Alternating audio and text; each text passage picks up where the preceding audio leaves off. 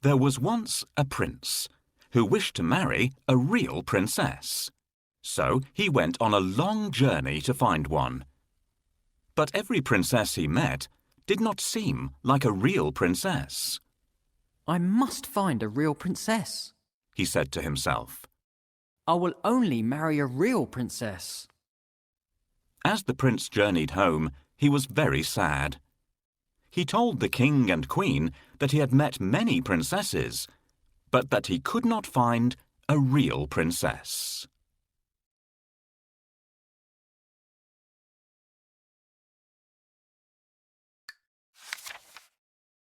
I have been searching the world for so long to find the princess of my dreams. I haven't liked any of the ones I've met so far. What if I never find the love of my life?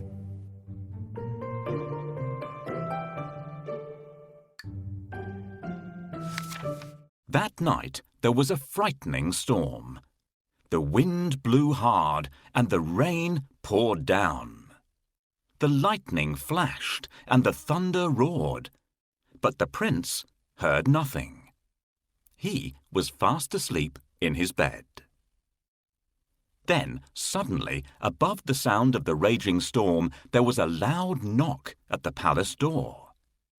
Knock, knock, knock. "Who could that be at this time of night?" said the king. "And in such terrible weather," added the queen.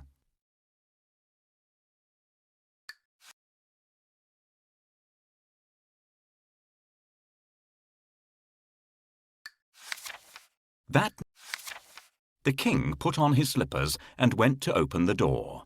He peeped out to see who it could be. The weather was terrible. There was a flash of lightning, and standing there on the doorstep, the king saw a poor, bedraggled girl. Her hair and clothes were dripping wet, and she was shivering from the cold. "Who are you?" the king asked. "I am a real princess," answered the girl. One stormy night, a cold and frightened princess appeared at the palace door. "Who is this beautiful girl who has arrived at our palace? Why has she walked there in such bad weather? She should try ringing the bell so that the servants will open the door. "Please let me in." She needs to ring the melody on bells."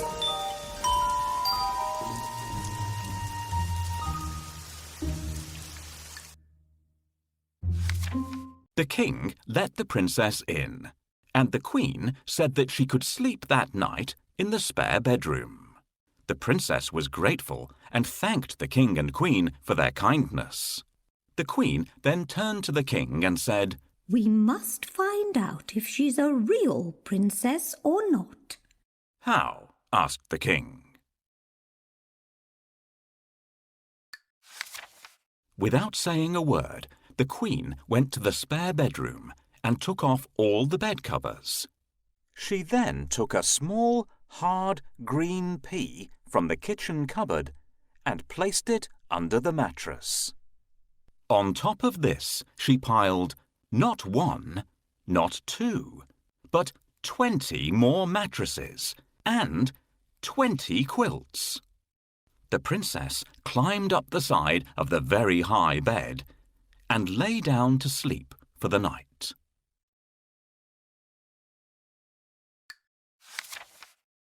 The girl with wet hair and a dirty dress didn't look anything like a princess, but she was invited to stay in the best guest room of all.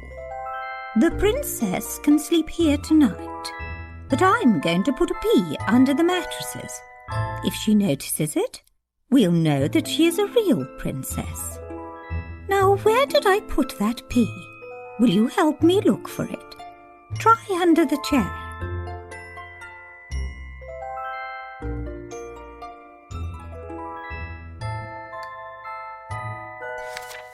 When morning came, they asked her if she had slept well, "I did not have a wink of sleep all night," said the tired princess.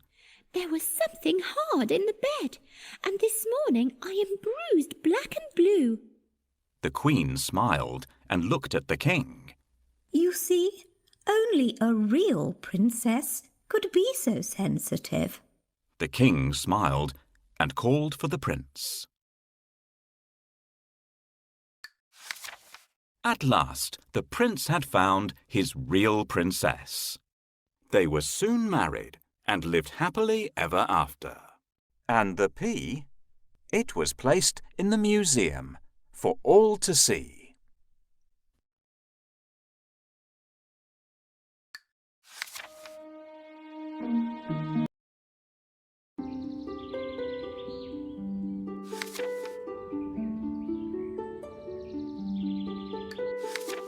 A small grey mouse was in search of a house. She scuttled through the wood and then stopped and stood.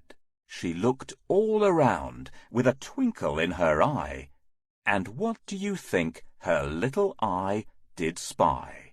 In the middle of a field was a little wooden house, the best sort of home for a small grey mouse. She straightened her dress and knocked on the door. There came no reply, so she knocked once more. She called, Hello, who lives in this house? but no one answered the small grey mouse. So the mouse moved in and was all alone, but at last she had found her very own home.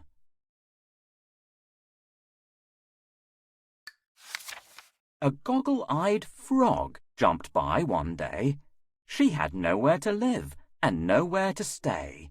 She looked all around with a twinkle in her eye, and what do you think her goggle eyes did spy? Yes, the little wooden house in the field by the wood. As a place to stay, it looked very good. So she called, Hello, who lives in this house? I do, came a voice. I'm a small grey mouse. And who are you? Have you come a long way? Yes, I'm a goggle-eyed frog needing somewhere to stay. Then come on inside and share this house with me. We can be friends. Please won't you have some tea? Along came a-hurrying a long-legged hare. He'd been looking all day for a house to share. He looked all around with a twinkle in his eye, reared up on his legs, and what did he spy? Yes, the little wooden house in the field by the wood. As a place to share, it looked very good.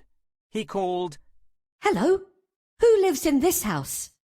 I do, said the frog, and I do. said the mouse. And who are you? I'm a long-legged hare, and I'm looking for a house. Are you willing to share?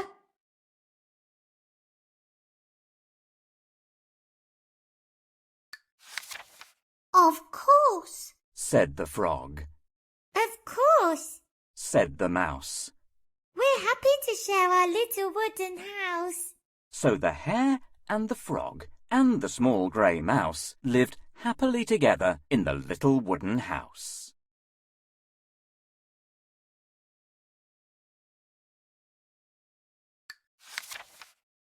Hello, who lives in this house? Knock on the window to see. Is anyone at home?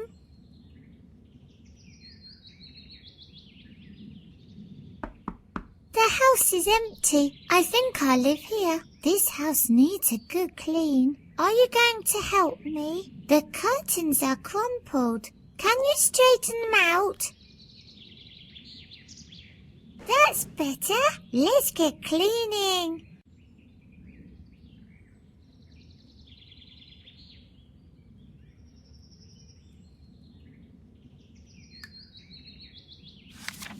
Then, one fine day, a fox trotted by. She knocked on the window, and she said with a sigh, Hello, little house. Is anyone there? Yes, we are, said the mouse and the frog and the hare. Who are you? They inquired, for they wanted to know. I'm a friendly furry fox and I've nowhere to go. Then come and live with us, And we'll show you that we care. Said the mouse and the frog and the long-legged hare. The very next day, a lonely wolf walked by. He knocked on the door with a tear in his eye. Hello, little house. Does anyone live here? I'm a lonely little wolf and you've nothing to fear.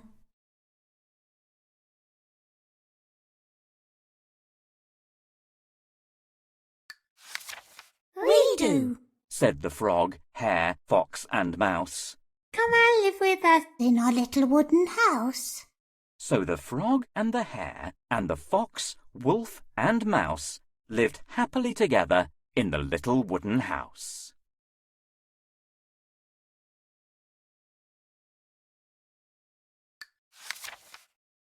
We are so lucky to have friends to have fun with. Shall we put on a concert? Frog, start the concert and we will all follow.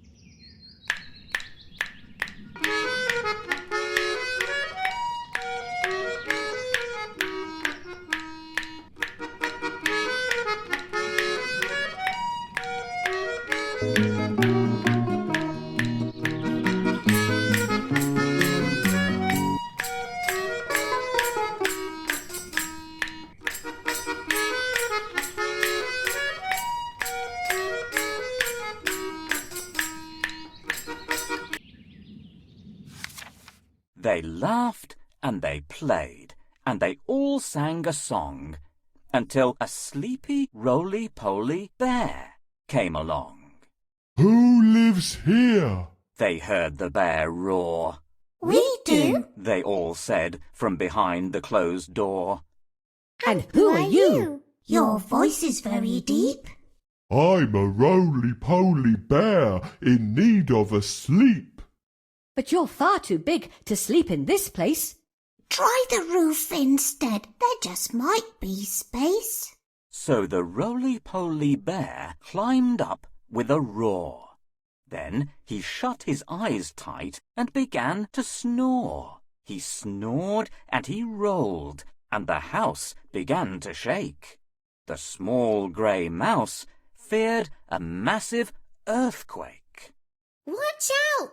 The house is tumbling! They all ran outside.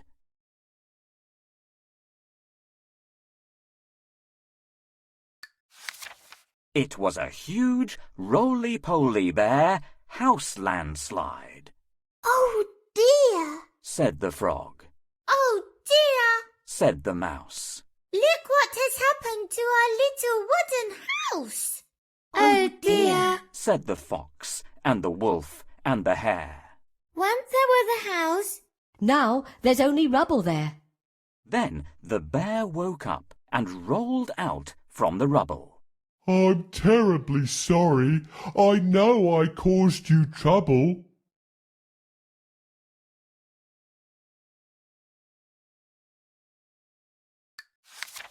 He was covered in dust, so he gave himself a shake. I'll build you another house now that I'm awake.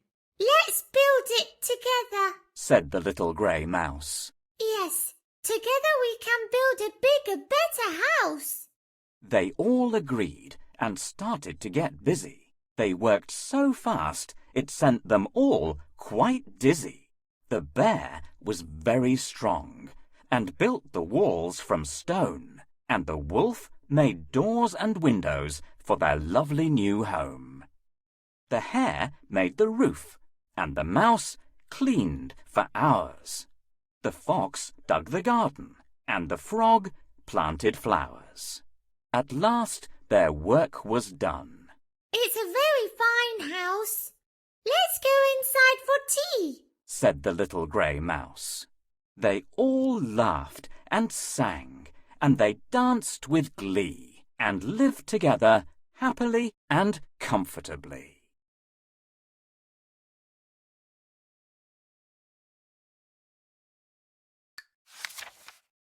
I accidentally broke the wooden house. I am so sorry. Don't worry. I will build a new one. A strong house needs a solid stone foundation. Can you help me find some stones?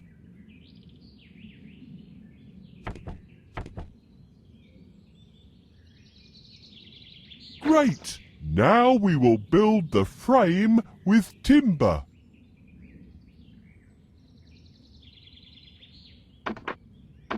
Great job! Now we need to cover the roof with tiles. So the house is ready. It is much better and bigger than the previous one. I think the wolf should paint it. Wolf! Wow! You've built an amazing house with the bear. Let's paint it. Can you find a brush?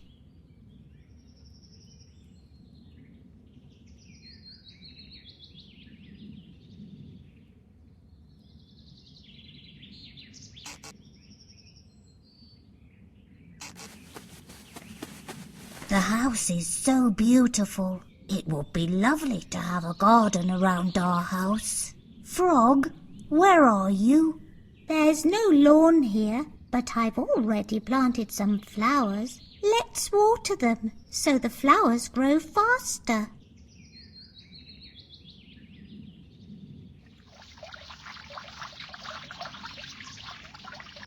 We've done a great job. Nothing can destroy our house. Yes, we can even invite some more animals to live with us. I think we have the best house in the forest.